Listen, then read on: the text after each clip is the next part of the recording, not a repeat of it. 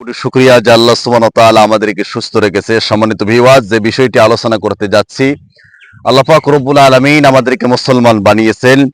আমরা মুসলমান হিসেবে আমাদের দায়িত্ব হলো আল্লাহ পাক রব্বুল আলামিনের দেওয়া আইন, আল্লাহ পাক রব্বুল আলামিনের দেওয়া বিধান অনুযায়ী আমাদের জীবন যাপন করা। এজন্য আল্লাহ পাক রব্বুল আলামিন যে কোরআনুল কারীম দিয়েছেন, এই কোরআনের রাষ্ট্র কায়েম করার জন্য আমাদেরকে চেষ্টা করতে হবে। রাসূল আকরাম সাল্লাল্লাহু আলাইহি ওয়াসাল্লাম বলেছেন, মানিক বাররাতু কদামা আবদিন ফি সাবিলিল্লাহি হারামাল্লাহু আলান নার। ওই পাকে জাহান্নামের আগুন স্পর্শ করবে না যেই পা আল্লাহ পাক রব্বুল আলামিনের রাস্তায় আল্লাহর দ্বীনকে বাস্তবায়ন করার জন্য হাঁটিয়েছে এবং ধুলাবালির সাথে মিশ্রিত হয়েছে। এই পাকে কখনো জাহান্নামের আগুন স্পর্শ করবে না। এই কথার দ্বারা স্পষ্ট বোঝা যাচ্ছে, আমরা যদি আল্লাহ পাক রব্বুল আলামিনের দেওয়া বিধানকে আল্লাহর জমিনে বাস্তবায়ন করার জন্য আমরা আমাদের সময়কে, আমরা আমাদের জীবনকে উৎসর্গ করে দিতে পারি, তাহলে আল্লাহ পাক রব্বুল আলামিন অবশ্যই আমাদেরকে এর বদলা দেবে। এই আয়াতে আছে আল্লাহ পাক রব্বুল আলামিন বলেন, ওয়ালা তাকুলু লিমান ইউকতালু ফি সাবিলিল্লাহি আমওয়াত বাল আহইয়াউ ওয়ালাকিন লা তাশউরুন।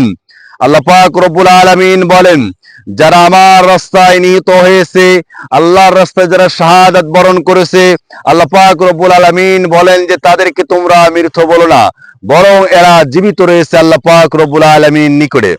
অন্য আয়াতে আল্লাহ পাক রব্বুল আলামিন বলেন, ওয়ালা তাহসাবান্নাল্লাযীনা কুতিলু ফি সাবিলিল্লাহি আমওয়াত বাল আহইয়াউন ইনদা রাব্বিহিম ইরযাকুন। আল্লাহ রব্বুল আলামিন বলেন যে তোমরা এই কথা ধারণা করো না, যাদেরকে আল্লাহ পাক রব্বুল আলামিনের রাস্তায় শাহাদাতের পেয়ালা পান করেছে যারা, তাদেরকে কখনো মৃত বলো না, বরং তারা জীবিত রয়েছে এবং আল্লাহ পাক রব্বুল আলামিন তাদেরকে রিজেক্ট দিচ্ছে।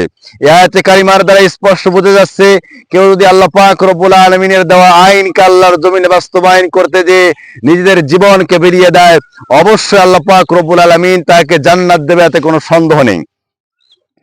রাসূল আকরাম সাল্লাল্লাহু আলাইহি ওয়াসাল্লাম বলেন, আন সাহল ইবনে হুনাইফ রাদিয়াল্লাহু তাআলা আনহু আন্না রাসূলুল্লাহ সাল্লাল্লাহু আলাইহি ওয়াসাল্লাম মান সাল্লাল্লাহু তাআলা আশ-শাহাদাতা বিসিদকিন বাল্লাগাহুল্লাহু মানাজিল আশ-শুহাদাই ওয়া ইম্মাতা আলা ফিরাশিহি।